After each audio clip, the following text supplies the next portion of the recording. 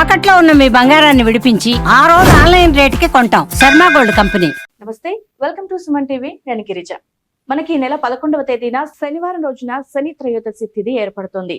మరి అష్టమ శని, అర్ధాష్టమ శని, ఏలినాటి శని, గత జన్మ కర్మ దోషాలు ఉన్నవారు, అలాగే శని ప్రభావం ఉంది అని భయపడే వాళ్ళు అని చెప్పుకోవచ్చు. ఎస్పెషల్ గా మరి ఈ శని త్రయోదశి రోజు శని భగవాను ఏ విధంగా ఆరాధిస్తే మన శని ప్రభావం నుంచి బయటపడొచ్చు, అండ్ అలాగే శని త్రయోదశి రోజు ఎలాంటి పూజా క్రతువుల్ని ఆరంభించాలి, ఎలాంటి పరిహారాలని చేసుకుంటే మంచిది అని తెలియజేసేందుకు ఇవాళ మనతో పాటు ప్రముఖ జ్యోతిష పండితులు బ్రహ్మశ్రీ నందిభట్ల శ్రీహరి శర్మ గురువు గారు ఉన్నారు.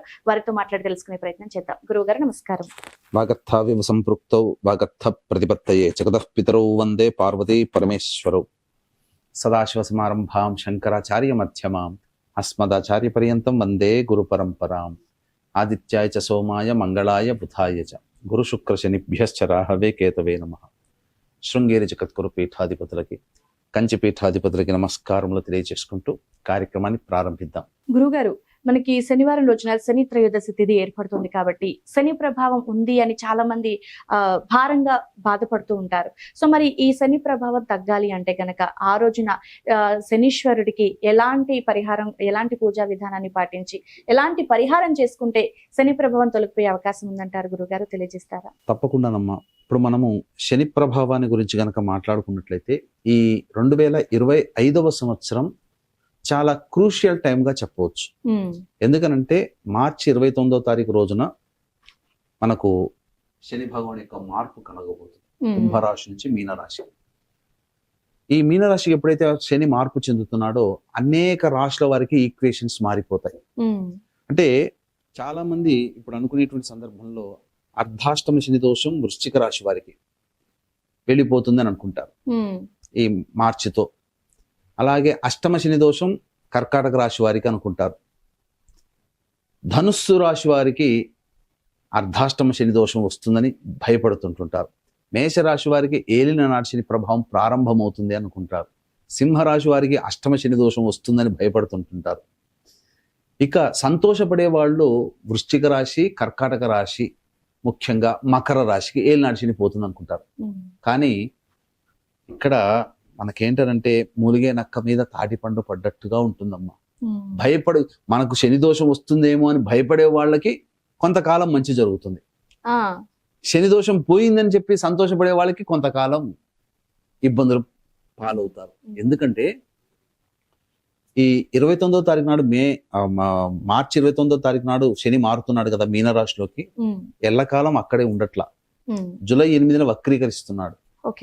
ఏప్రిల్ నుంచి జూలై వరకు సమయం శని దోష ప్రభావం ఉంటుంది. మళ్ళీ వక్రీకరించినప్పుడు ఏమవుతుంది, కుంభరాశి ఫలితాలనే ఇస్తాడు. ఆ విధంగా అప్పుడు ఏమవుతుంది, ఈ అష్టమ శనికి కర్కాటక రాశి, అర్ధాష్టమ శనికి వృశ్చిక రాశి, మకర రాశికి ఏనాటి శని పోయింది అనుకునే వాళ్ళకి మళ్ళీ జూలై నుంచి అక్టోబర్ వరకు ఆ ప్రభావంలో ఉంటారు. మళ్ళీ అలా వెళ్ళిపోయి ఇలా వచ్చేస్తున్నాడు. కాబట్టి ఈ సంవత్సరం అంతా కూడా 4 రాశులు ప్రధానంగా మారిపోతున్నాయి. గురువు, శని, రాహువు, కేతు. ప్రతి సంవత్సరం గురువే మారుతాడు ఎక్కువగా. 2 సంవత్సరానికి ఒకసారి గురువుతో సహా రాహుకేతులు కూడా మారుతారు. 2.5 సంవత్సరాలకి గురు రాహుకేతులతో సహా శని కూడా మారిపోతాడు. ఈ మార్పు అనేది 2025లో 4 గ్రహాలకు ఉంది. కాబట్టి మనం ఒక రాశి వారికి మంచి, ఒక రాశి వారికి చెడు అని చెప్పడానికి లేదు. 12 రాశుల వారికి కూడాను ఏలిన నాటి శని, అష్టమ శని, అర్ధాష్టమ శని, కంటక శని దోష ప్రభావాలు ఉంటాయి. కాబట్టి ఈ 12 రాశుల వారు కూడా శని ప్రభావానికి గురవుతారు. అంతేకాకుండా మనిషికి శనితో సంబంధం లేకుండా ఇప్పుడు సమస్యలు ఎదుర్కొంటున్నారంటే అది గత జన్మ కర్మదోష ప్రభావాలు. కాబట్టి ఇప్పుడు మనం ఏదైనా మంచిని అనుభవిస్తున్నాం, యోగాన్ని అనుభవిస్తున్నాం అంటే గత జన్మలో పుణ్యం చేసుకోవడం వల్ల ఈ జన్మలో యోగం అనుభవిస్తున్నాం. పాపం చేసుకుంటే కష్టాలు పడుతుంటాం. ఆ కష్టాలని మన సమస్యల రూపంలో వాటి కడతీర్చేవాడు, కష్టాలను అనుభవింపచేసే అధికారము శని భగవానికి ఉంటుంది. అంటే మనం గత జన్మలో ఏం చేశామనేది అంతా కూడా సూర్యుని యొక్క ఆధీనంలో ఉంటుంది, రికార్డ్ అయి ఉంటుంది. ఆ సూర్యుని యొక్క ఆధీనంలో ఉన్నటువంటి సమాచారం అంతా శని భగవానికి ట్రాన్స్ఫర్ అవుతుంది. ఆ శని భగవానుడు తాను ఏ వ్యక్తి అయితే గోచారరీత్యా ఏ రాశిలో జన్మిస్తాడో తాను సంచరిస్తున్న కాలంలో ఆ రాశి వాళ్ళకి ఏలిన నాటి శని రూపంలో, అష్టమ శని రూపంలో, అర్ధాష్టమ శని రూపంలో, కంటక శని రూపంలో బాధలు కలగచేస్తుంటారు. అంటే శని అంటే ఎప్పుడు బాధలేనా అని కూడా అంటుంటారు. మంచి చేయడానికి కూడా శని యోగకారకుడే. ఉదాహరణకి ఎవరో అవసరం లేదమ్మా, స్వర్గీయ నందమూరి తారక రామారావు గారి జాతకాన్ని పరిశీలిస్తే ఏలిన నాటి శని ప్రభావం ఉన్నప్పుడే పార్టీ పెట్టడం, 9 నెలల్లో అఖండ విజయం సాధించి ముఖ్యమంత్రి అయ్యాడు. మరి ఏలినాటి శని దోషం అనుకుంటే ముఖ్యమంత్రి ఎలా అవుతాడు? బాధలు అనుభవించాలి కదా, రాజయోగాన్ని అనుభవించాడు. కాబట్టి వీక్షిస్తున్నటువంటి సుమన్ టీవీ ప్రేక్షకులు ఎవ్వరు కూడా శని అనగానే భయపడకండి. కానీ శని ప్రభావం నుంచి బయటపడడం కోసం శనికి ఇష్టమైనటువంటి తిథి త్రయోదశి ప్రదోషకాల సమయం. ఆ సమయంలో శని త్రయోదశి ఉన్నటువంటి సమయంలో కొన్ని పరిహారాలు పాటించుకుంటే మంచి జరుగుతుంది, సమస్యల నుంచి బయటపడతాం.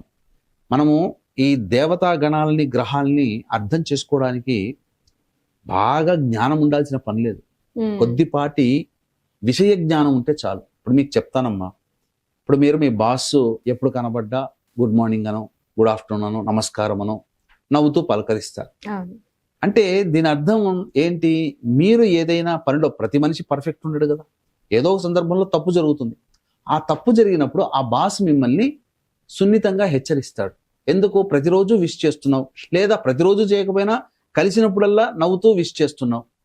మరి అదే మనము గ్రహానికి మనం దేవతానుగ్రహం పొందడం కోసం కూడా చేస్తున్నాం కదా, పూజలు వ్రతాలు. అలాగే శనీశ్వరుని యొక్క సమయం ఆసన్నమైనప్పుడు మన కష్టాలు పడే సంబంధం ఉన్నప్పుడు కష్టాలు ఎలాగో పడతాం, కానీ ఆ కష్టాలు మనల్ని బాధించకుండా తొలగిపోతాయి. కష్టపడడం గ్యారంటీ, కానీ అవి మనల్ని ఇబ్బంది పెట్టకుండా ఉంటాయి ఆ శని దేవుని యొక్క అనుగ్రహాన్ని పొందితే. కాబట్టి అందుకనే శని పర్వదినాలైనటువంటి శని త్రయోదశి రోజున ఎవరైతే శని అనుగ్రహాన్ని పొందే ప్రయత్నం చేస్తారో వాళ్ళకి అన్ని మంచి జరుగుతాయి. ఈ రోజున మన ఈ యొక్క ధనుర్మాసంలో శని త్రయోదశి రావడం చాలా విశేషం. ఎందుకంటే ధనుర్మాసం విష్ణు భగవానికి చెప్పబడింది. విష్ణు భగవాని తోడల్లుడు ఎవరు? శని భగవానుడు. లక్ష్మిని చేసుకున్నాడు, జ్యేష్ఠాలక్ష్మిని ఆయన చేసుకున్నాడు. కాబట్టి ఆయనకి సంబంధించినటువంటి తిథి ప్లస్ త్రయోదశి రెండు కలిసి రావడం మాత్రం అదృష్టం. అందుకనే కష్టాల్ని కడతీర్చేవాడు విష్ణు భగవానుడు. కాబట్టి ద్వాదశి తిథి ఉండగానే సూర్యోదయాని కంటే ముందే లేచి కాలకృత్యాదులు తీర్చుకొని తులసి చెట్టు దగ్గర ఆవునేతితో దీపారాధన చేసి అష్టదళ పద్మం వేసి అక్కడ విష్ణు సహస్రనామ పారాయణం చేసి దానిమ్మ పండు నైవేద్యంగా పెట్టాలి. ఎప్పటి లోపల? సూర్యోదయం నుంచి ద్వాదశి తిథి 8:22 వరకు ఉంది. ఆ విధంగా చేయాలి. ఆ తదనంతరం త్రయోదశి వస్తుంది కాబట్టి త్రయోదశి ప్రదోష కాలానికి కూడా త్రయోదశి తిథి ఉంది కాబట్టి అప్పుడు ఆ త్రయోదశి తిథి దారభ్యత శని భగవాను యొక్క పరిహారములు పాటించుకోవాలి. కాబట్టి వీక్షించేటువంటి ప్రేక్షకుల గమనిక, ఈ యొక్క 11వ తారీఖు రోజున శని త్రయోదశి సందర్భంగా శ్రీశైల క్షేత్రంలో 12 రాశులకి శని ప్రభావం ఉందని చెప్పుకున్నాం. కాబట్టి ఆ యొక్క శనిదోష నివారణ హోమాలు, గత జన్మ కర్మదోష నివారణ హోమాలు మరియు విద్య వివాహ ఉద్యోగ దాంపత్య అనారోగ్య సమస్యల నివారణకి 18 రకాల హోమాలు 1700-1500 రూపాయలకి చేయించడం జరుగుతుంది. అవకాశం ఉన్న వాళ్ళు కార్యక్రమ తదనంతరం కాంటాక్ట్ చేసి మీ గోత్రనామాలు నమోదు చేసుకోవచ్చు. ఇక తదనంతరం ఎటువంటి నియమాలు పాటించాలి శని యొక్క అనుగ్రహం పొందడం కోసం? 8:30 కల్లా శివాలయానికి చేరుకోవాలి. అక్కడ నవగ్రహాలు ఉంటాయి. నవగ్రహాల చుట్టూ శివాయ నమః అంటూ 27 ప్రదక్షిణలు చేసి తదనంతరం శనీశ్వరుని దగ్గర నల్ల నువ్వుల నూనెతో దీపారాధన చేసి శనైశ్వరుడికి అభిషేకము జరిపించడం నల్ల నువ్వుల నూనెతో. 8 నల్ల నువ్వుల లడ్డూలు నైవేద్యంగా పెట్టాలి. ఇది అక్కడతో కొంత పార్ట్ కంప్లీట్ అవుతుంది.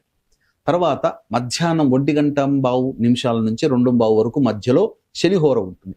ఆ శనిహోరలో వృద్ధాశ్రమానికైనా వెళ్ళండి, మానసిక శారీరక వికలాంగుల ఆశ్రమానికైనా వెళ్ళొచ్చు, లేదా అనాథలకి చేతనైన పండ్లు ఇతర పదార్థాలు, అన్నదానము, వస్త్రదానము, పైగా కంబళి దానం చేస్తే విశేషం. ఇప్పుడు చలికాలం, పైగా ధనుర్మాసం, పైగా శని త్రయోదశి, శని దోషం తొలగిపోవాలంటే అనాథలకి కంబళి దానం చేయండి అమ్మా. చాలా శని అనుగ్రహం అంత ఇంత అని కాదు, అంత వైభవోపేతంగా జీవితంలో కష్టాలన్నీ తొలగిపోతాయి. ఆ తర్వాత ఆ యొక్క విధానం చేసిన కనీసం ఇవేవీ లేవని మాకంత శక్తి లేదన్నప్పుడు పారిశుద్ధ్య కార్మికులకి ఛాయ్ తాగడానికి 10 రూపాయలని ఇవ్వండి. ఆ తదనంతరం ప్రదోషకాల సమయానికి శివాలయానికి చేరుకొని శివాలయంలో మళ్ళీ ఈశ్వరుడికి బయట శివలింగం ఉంటుంది, అభిషేకము, అర్చన. ఈ అర్చనలో భాగంగా శంకు పుష్ప పూలతో కానీ మరియు నీలిరంగు చామంతి పుష్పాలతో కానీ ఆ యొక్క అర్చన జరిపించడం చాలా విశేషం. ఈ విధంగా ఏ మానవుడైతే చేస్తాడో శని భగవాను యొక్క సంపూర్ణమైనటువంటి అనుగ్రహాన్ని పొందుతాడు, అందులో సందేహమే లేదు. ఈ విధంగా చేసినటువంటి మానవుడికి తప్పకుండా మంచి జరుగుతుంది. అలాగే ఇవన్నీ కూడా చేస్తూ మంత్ర సహాయం కావాలి అనుకుంటే మన ఆధ్వర్యంలో 11వ తారీఖు రోజున శ్రీశైలంలో జరుగుతున్నటువంటి కార్యక్రమంలో గోత్రనామాలు నమోదు చేసుకోవచ్చు. మధ్యాహ్నం 3 గంటలకి ప్రారంభమవుతుంది కాబట్టి 1 గంట లోపల గోత్రనామాలు నమోదు చేసుకోవచ్చు. గురుగారు మీరు చెప్పిన పరిహారాలు ఈ రాశి ఆ రాశి అని కాదు, మొత్తం 12 రాశుల వారు చేసుకోవాల్సిందే. సో ఓకే గురుగారు. సో శని త్రయోదశి, శని ప్రభావం అన్ని రాశులకి ఉంది కాబట్టి సో 12 రాశుల వాళ్ళు ఈ నియమాలను గురుగారు చెప్పిన పరిహారాన్ని కనుక పాటిస్తే అంత మంచి జరుగుతుందని చాలా చక్కటి వివరణ తెలియజేశారు గురుగారు. ధన్యవాదాలు. సర్వం శ్రీ ఉమామహేశ్వర పరబ్రహ్మార్పణమస్తు.